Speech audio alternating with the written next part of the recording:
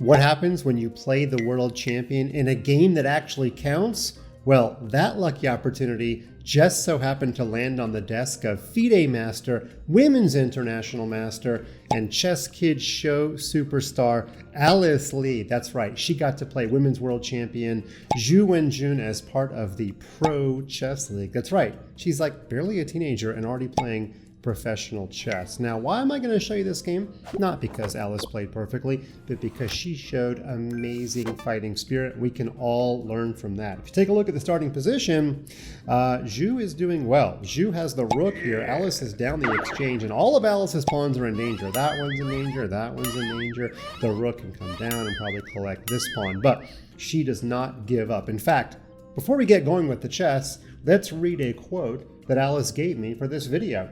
She said she thought she was simply losing, but she decided to play on. And then she realized her H-pawn became a useful attacker. We'll get to that in just a second. When I got the king in the game, hey, maybe Alice watched some of my videos about the king activity in the endgame.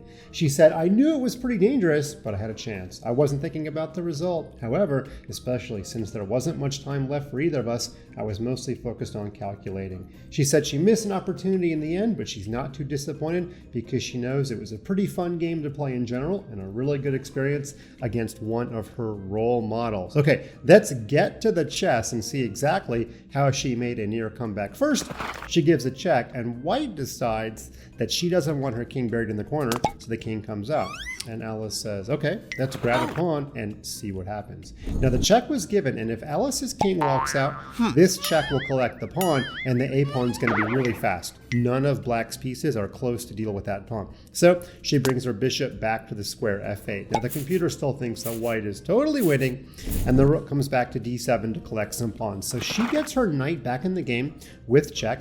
The king moves and she says, okay, well, I can't really defend my queenside. Let's throw the H-pawn down the board and give her opponent something to worry about. Now already White maybe should have collected this pawn, but White's getting worried about what's going to stop this one. So she got the rook to move back. That's already a very big benefit. She's got this rook playing passive defense, not actively. So she starts to get her king in the game. And after A4, she moves her king up further. And after A5, she starts moving the pawn up. Uh-oh, things are getting a little dangerous, and this pawn is not yet passed. This rook has not collected this pawn. That's the most obvious statement I will ever make.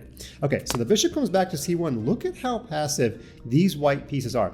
Her king just keeps moving to G5. She just keeps playing, never resign, never give up. So after A6, then she plays H3, and White has to give serious consideration for what is going to stop this pawn. Now White brings the king back, and then Alice brings her king up further, and there's no stopping the king from getting to the square G3. Now the bishop comes to D2. The bishop's trying to work itself around to try to bother the black king after he invades on G3. What would have happened, though, if in this position, if the women's world champion had dove in her rook, had dived her rook, whatever you want to say, down to the square D7? Well, then black is totally winning. King to G3, and this pawn is getting to be a problem. And if the rook tries to come behind the pawn, I'll just play the move bishop to H6, and my bishop does a great job blocking your rook from the pawn. And then if your king walks over, I'll just check you.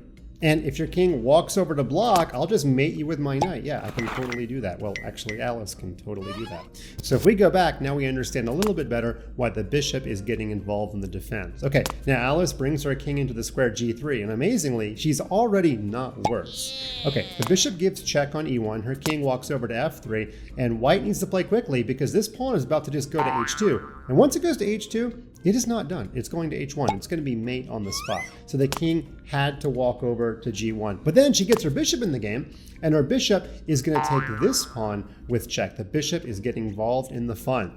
Okay, rook moves to D7. She correctly captures this pawn. And by the way, if the king walks to the right, it is the easiest bishop and knight mate in history. It's just mate on the spot. So the king had to bury itself on the square H1. And in this position, there was a really hard winning move. Okay, technically, I'm just going to tell you what it is. Technically, the winning move is c4, and the whole purpose of this move is to guard the a pawn, which is the more important pawn for black, because if that pawn is safe, then this pawn is going to be stuck. And once you guard the a pawn, then you can continue operations after the pawn takes. This move, bishop to f2, wins because it frees the e pawn. I'm not going to get into all the variations, but that would have been the winning line. If we go back to this position, even if she forgets c4, which is a really hard move to find, even if she just plays the move bishop to f2, I'll bet you in a practical sense, this move would very, very likely win. Apparently,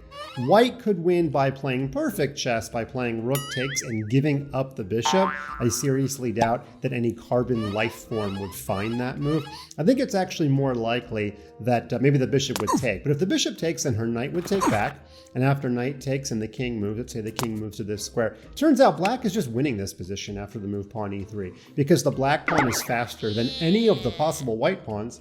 And if you try to throw this white pawn down the board, I'll just check you, collect the pawn, and then motor this pawn down the board. And it just takes white a little bit too long to take this pawn, move the rook back out of the way, and push the a pawn. So black is just winning in this position. Okay, very, very likely if she had found the move bishop f2, in a practical sense, she would have won.